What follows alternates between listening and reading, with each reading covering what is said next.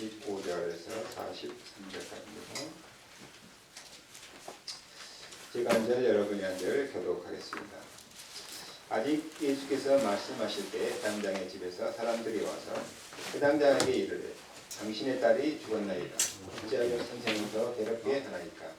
예수께서 그가 하는 말을 옆에서 들으시고 그 당장에게 이르시되 두려워하지 말고 믿기만 하라 하시고 베드로와 야고보 형제 요한 외에 아무도 따라옴을 허락지 아니하시고 해당장의 집에 함께 가서 떠드는 것과 사람들이 울며 심히 행복함을 보시고 들어가서 그들에게 이르시되 너희가 어찌하여 떠들며 우느냐.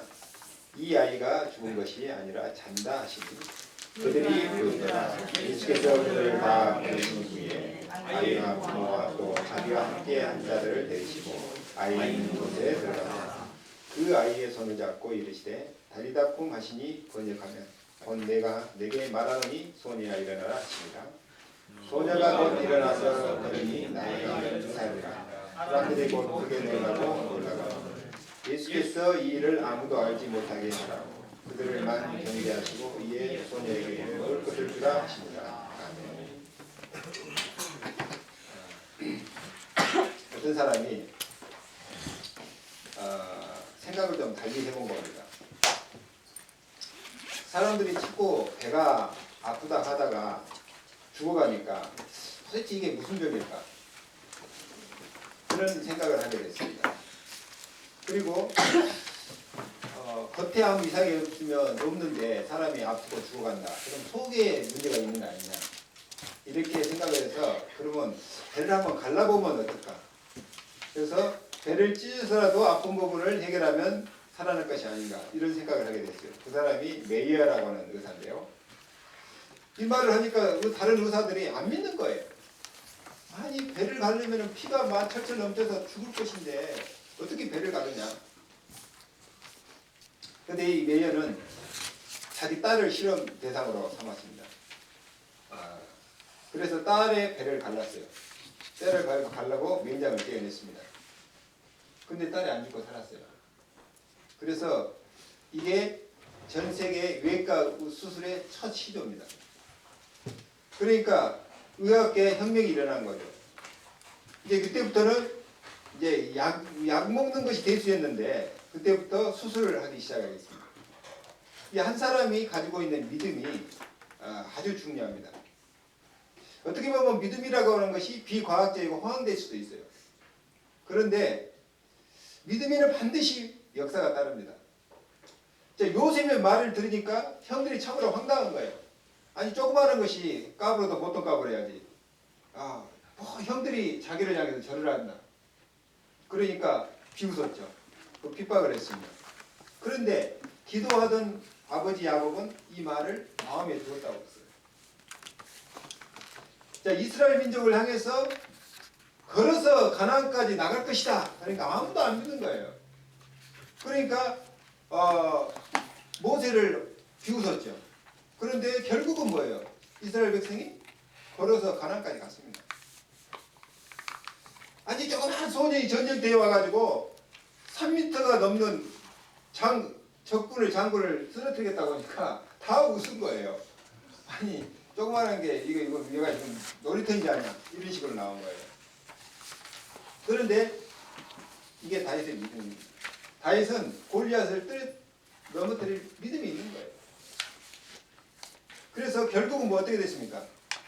그 블레셋 장군 골리앗이 다윗의 도움을 맞고 넘어지는 이런 일들이 벌어졌습니다. 여러분 연말이 지나가는데 여러분 믿음을 한번 점검하시고 새해 계획을 세우시기 바랍니다. 내년에는 우리 교회에 아주 멋있는 선물을 얻을 줄로 믿습니다. 있는데 아멘 한 사람 응답하는 거예요. 우리 교회는 앞으로 워싱턴에서 아니 전 미국에서 아주 모델적인 교회가 될 것입니다. 하나님의 비밀 프로젝트를 시작됩니다. 믿음 있는 자는 이 축복을 봅니다. 믿음이 없는 사람은 나중에 부끄럽게 이 응답을 봐요. 자, 오늘 세 가지 믿음 꼭 확인하고 가셔야 되겠습니다. 구원 얻는 믿음입니다. 이건 하나님이 우리에게 주신 것이죠. 다른 것은 노력해도 되는데 구원은 사람이 노력해서 받는 게 아닙니다. 하나님의 전폭적인 은혜입니다. 여러분 중에 혹시 노력해서 태어난 사람 있어요? 내가 태어나야지 노력해서 태어난 사람 있어요? 없어요. 육신의 생명을 얻는 것도 마음대로 할 수 없는데 심지어 구원이라고 하는 것은 전적인 하나님의 은혜입니다. 인간의 마음을 할 대로 할 수 있는 게 아니에요. 창세기 3장 아담 이후로 인간은 완전히 타락했기 때문에 도저히 구원받을 수 없는 인간이 된 것입니다. 인간에게는 아무 희망이 없었던 것입니다.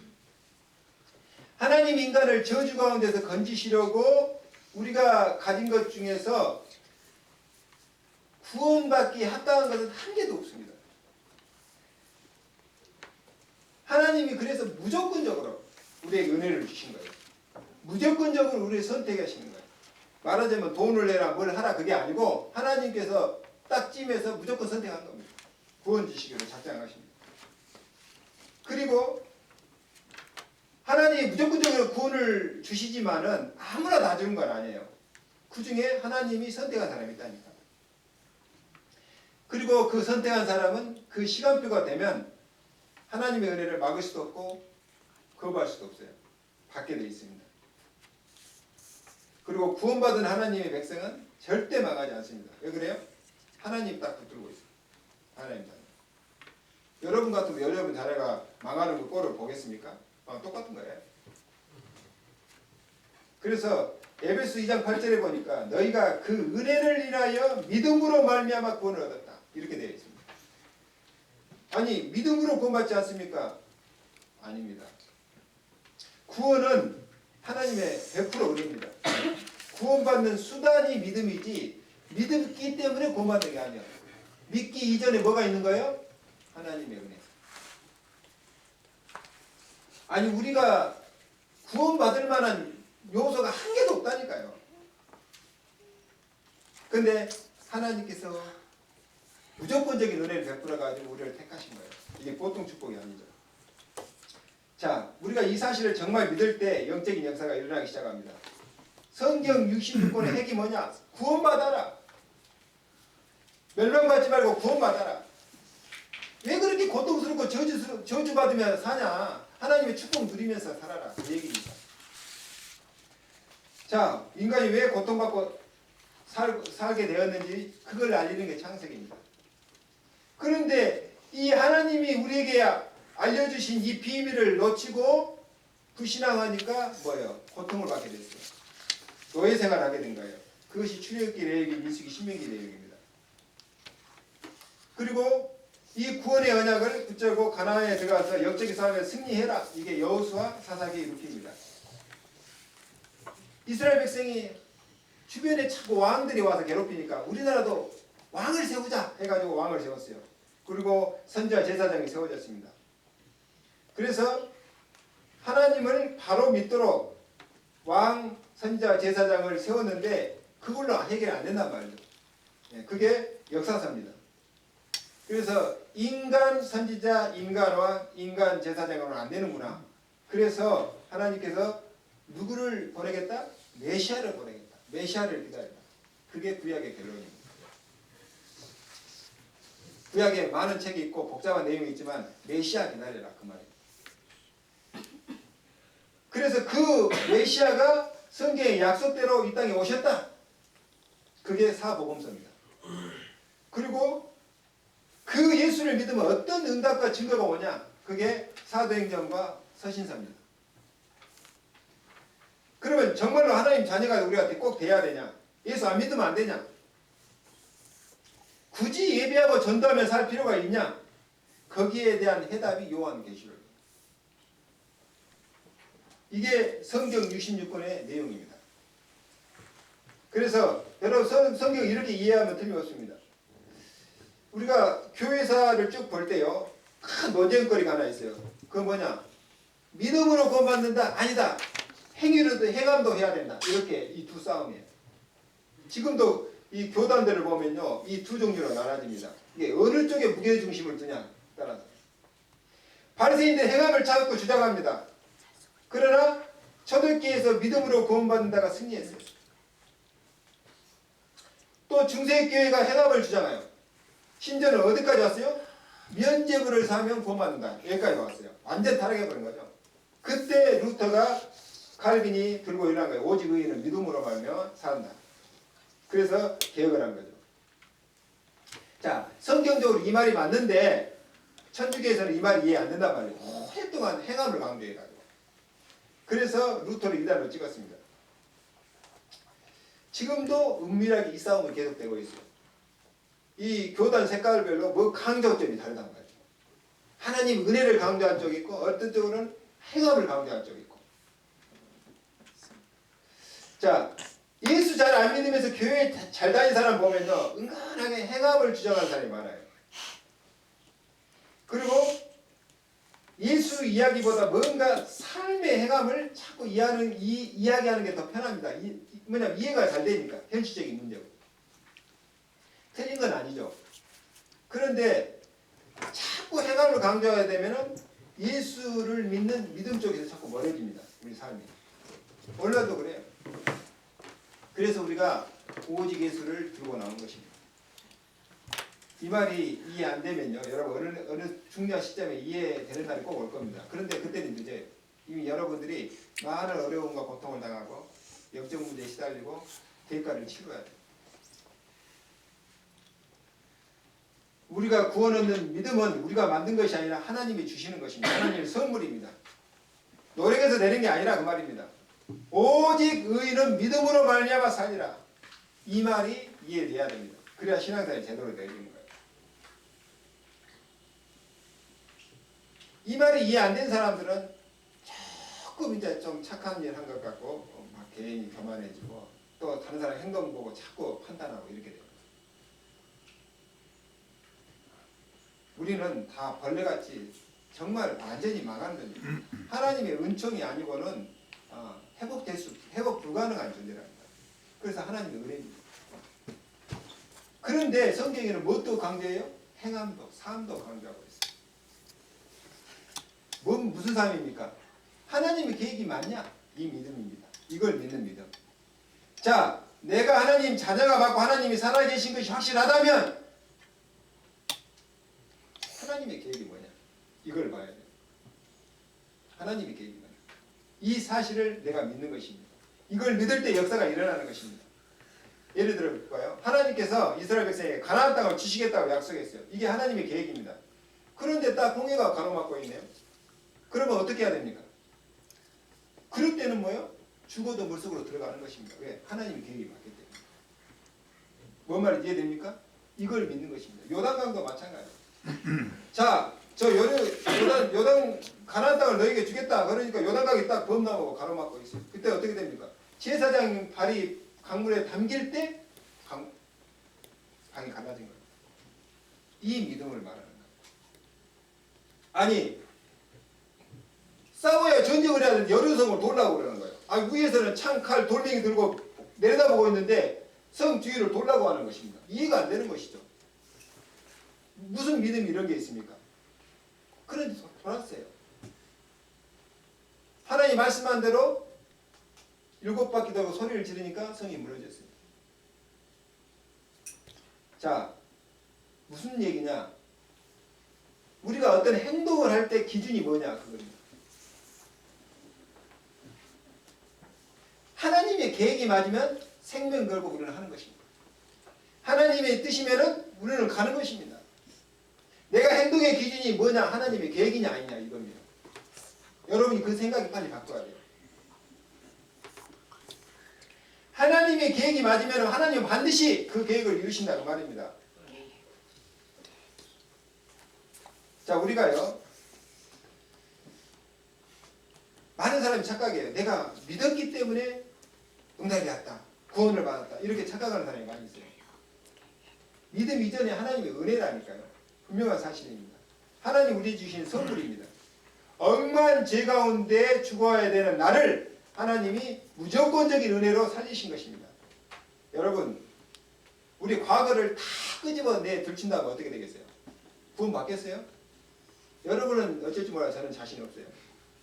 어려서 내 옆에 있는 친구 연필을 훔친 것부터 시작해가지고 다 우리 행위를 다 들춰낸다면 어떻게 되겠어요?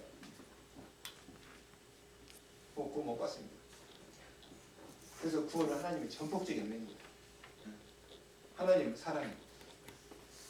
그런데 구원 얻은 사람이 생각할 것이 있다니까요. 그게 뭐냐? 구원 받은 다음에 하나님의 계획이 뭐냐? 이걸 깨닫고 믿는 순간부터 하나님이 이 일이 시작되는 것입니다. 그래서 여러분이 실패하지 않으려면요, 하나님의 계획을 찾아내야 됩니다. 이게 굉장히 중요한 믿음입니다.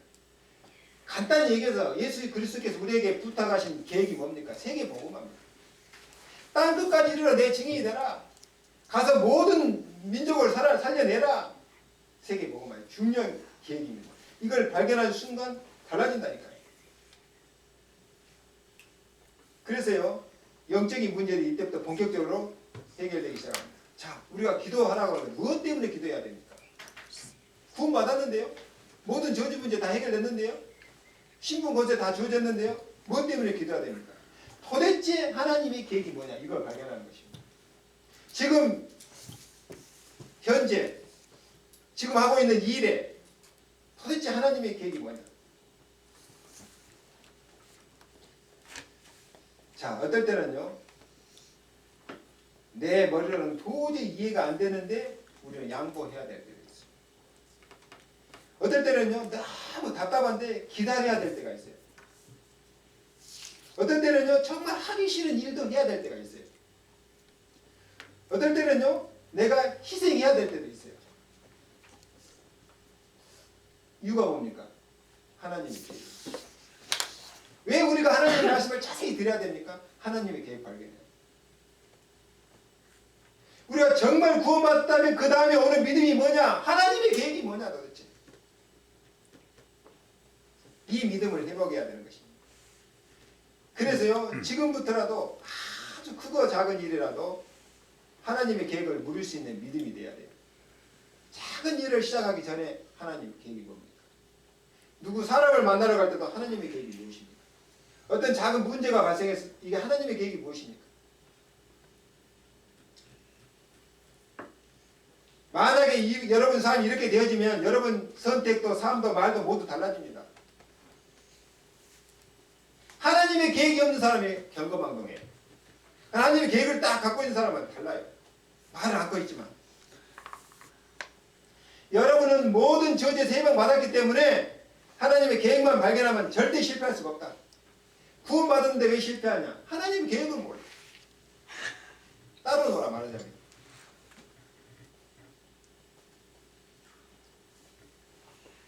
저는요, 확실한 게 하나 있습니다.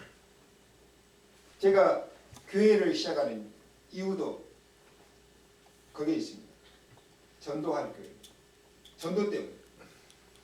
제가 목회를 그만두고 목사를 그만두려다가 이 전도의 눈이 열리고 나서 제가 마음 고쳐먹고 지금까지 왔습니다. 그래서 저는 전도할 수 있는 교회, 이걸 놓고 기도하는 중에 하나로 선교교회를 시작한 겁니다. 자, 우리 교회는 전도할 수 있는 교회이기 때문에 전도 훈련에 포커스 맞춰졌어요. 이건 제 믿음입니다. 왜 그래요? 이게 하나님의 계획이라는 걸 확신했기 때문에. 우리 후대를 살리자, 산업 선교하자, 다민족 살리자, 다 하나님의 계획입니다.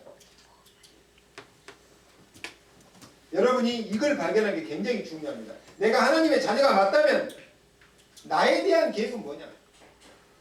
우리 교회에 대한 계획이 뭐냐? 우리 가정에 대한 계획이 뭐냐? 하나님의 계획이 뭐냐?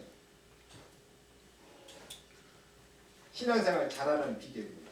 첫째는 구원의 확신, 두 번째는 하나님의 계획을 갖고 살아요. 이 계획을 못 보면 실패합니다. 결국은 내 욕심, 내 자아실현을 하다가 사단한테 걸려듭니다. 세 번째로는요, 구원받은 나에게 하나님이 주신 특별한 계획이 있어요. 자, 그걸 가지고 우리는 비전을 삼는 것입니다. 그냥 비전을 가져라? 그럼 불신자와 다를 거 없죠. 그런데 내가 하나님의 자녀란 말이에요. 그리고 내가 이 시대에 하나님의 계획을 품었어요. 그렇다면은 하나님이 내게만 주시는 특별한 계획이 있어요. 그걸 찾아냅니다. 그래야 실패하지 않고 불신자를 이길 수 있습니다. 여러분들, 특히 우리 학생들은요, 내가 구원받은 하나님의 자녀가 맞다면 그리고 하나님의 소원이 세계복음이 맞다면 그 안에서 나를 향한 하나님의 계획입니다. 이거 꼭 찾아내기 바랍니다. 그걸 비전으로 삼으면은 하나님께서 힘을 주시고 하나님께서 이루어 가십니다. 희망이 없던 사람이 비전을 갖고 희망을 갖게 되면 웬만한 병 다 치유돼요. 예. 암이 갑자기 오는 게 아닙니다. 주로 어떤 낙심하고 절망하는 사람이 통해서 암이 와요. 우리가 소망을 얻어서 우리 몸 구석구석에 힘이 나는 거예요. 그렇잖아요. 암이 어느 날 감기 오듯이 오는 게 아니라 서서히 자라나는 것입니다. 여러분, 하나님의 계획 꼭 찾아내고 특별히 나를 향한, 나를 위한 하나님의 계획이 무엇인가, 이걸 가지고 비전을 품기 바랍니다. 그리고 나서 하는 뭐야? 가능한 것부터 단계적으로 하면 돼요. 비전이 크다. 그런데 현실은 안 맞다. 그럼 어떻게 됩니까? 내가 할 수 있는 것부터 시작하는 거예요. 아무리 못나도요, 하나님께서 주신 달란트가 각자 있습니다. 잘할 수 있는 게 있습니다. 그걸 가지고 시작하는 것입니다. 내가 약점이 많아 보여도 장점 한 가지 것은 있어요. 그걸 가지고 시작하는 거예요. 오래전에 얘기인데요. 어떤 청년이 교회에 오게 됐어요. 근데 이 청년은 아무것도 하는 게 없어요. 그리고 게을러요. 그리고 늘 집에서 놀고 뒹굴고 직장을 다니게 다니는데 하찮은 일을 하는 거예요. 그러니까 부모님이 하도 답답하니까 너는 도대체 할 수 있는 게 뭐냐? 맨날 하는 말이 이런 얘기했어요. 이 사람이 어느 날 전도를 받고 교회로 오기 시작해요. 교회 와도 체질이 있잖아요. 그러니까 어슬렁어슬렁 왔다 갔다 하는 거예요. 그리고 하는 게 없어요. 다른 사람이 봐도 사람이 그저 그러니까 관심도 없어요. 근데 어느 날 목사님이 가만히 보니까 이 친구가 잘하는 게 하나 있어요. 조금 잘하는 거. 그게 뭐냐? 기타를 쳐요. 밖으로 싸돌아다니다 보니까 기타를 배워가지고 기타를 조금 쳐요. 그래서 어느 날 너 오늘부터 선거 찬양대에 일해라. 그러고 앉혀놨어요. 민감민감하고 얘기했는데 이 친구가 찬양대 적응을 잘하는 거예요. 그러더니 어느 날 지나가면서 목사님한테 하는 말이 기타 학원에 등록을 했다는 거예요. 왜 그러냐 하니까 내 기타 이렇게 쳐갖고는 찬양을 못 하겠다는 거예요. 그래서 본격적으로 기타를 배웠어요. 그래가지고 학원에 등록을 했어요. 아니 그래가지고 몇 달 이 친구가 학원에서 기타를 배우더니 찬양하는데 교회 분위기가 확 달라졌어요. 이 친구 때문에. 아니 저 친구가 갑자기 왜 저러냐. 그리고 나름대로 얼마나 기도를 하는지 찬양은 그렇게 은혜가 되는 거예요. 아니 이 친구에게 요 한 가지 변화가 일어났는데요. 완전히 달라지는 거예요. 다른 사람들이 전부 자극을 받는 거예요. 이 친구 때문에. 그래가지고 교회 분위기가 완전히 뒤집어져요. 그런 일들이 벌어졌습니다. 여러분, 오만 불평할 거 없어요. 하나님 자녀가 맞습니까? 그러면 하나님의 계획 발견하세요. 그리고 나를 향한 하나님의 계획을 찾아내세요. 그리고 내가 지금 뭘 할 수 있는지 할 수 있는 것부터 단계적으로 해 나가세요. 그걸 최선을 다해서 하다 보면 진짜 되어집니다. 처음에는 아무것도 아닌 것 같아도 성령의 인도를 받아버리면 달라진다니까요. 결과가. 그렇게 하다 보면 영안이 쫙 열리는데 하나님이 어마어마한 것을 준비해놨고 이게 딱 보입니다.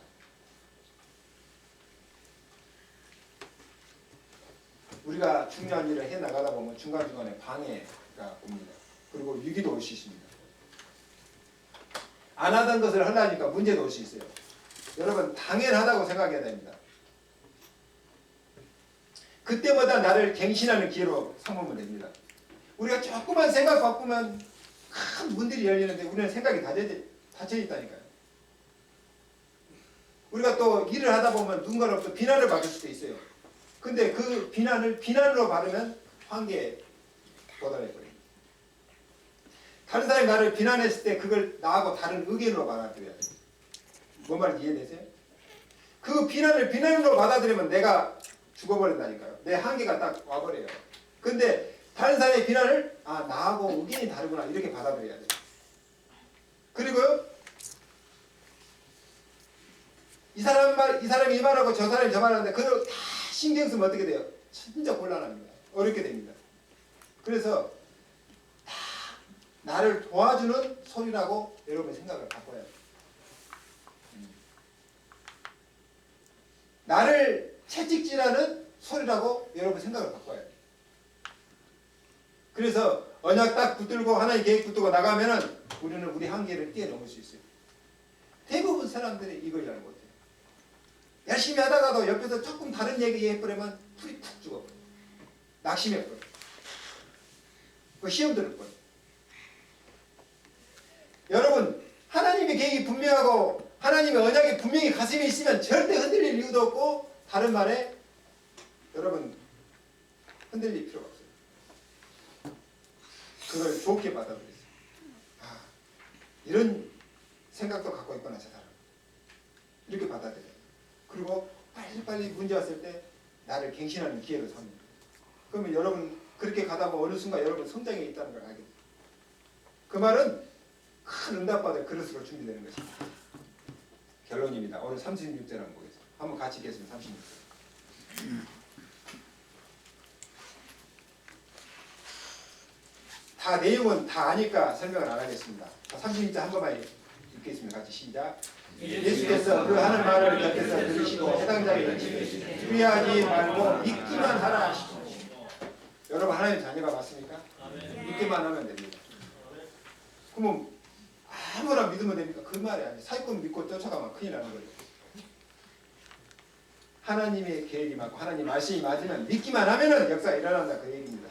왜 그래요? 우리는 구원받은 하나님의 자녀입니다.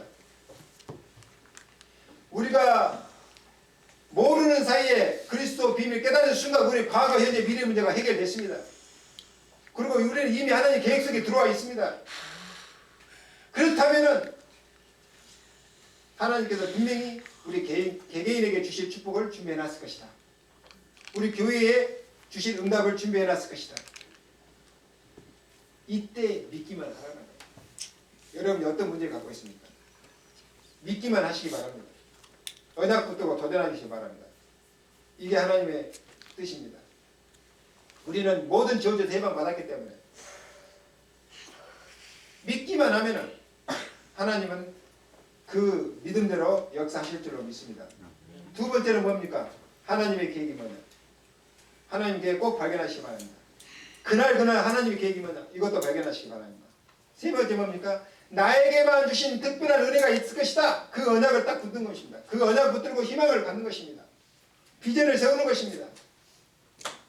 여러분 비전을 품는 순간 10년이 적어집니다.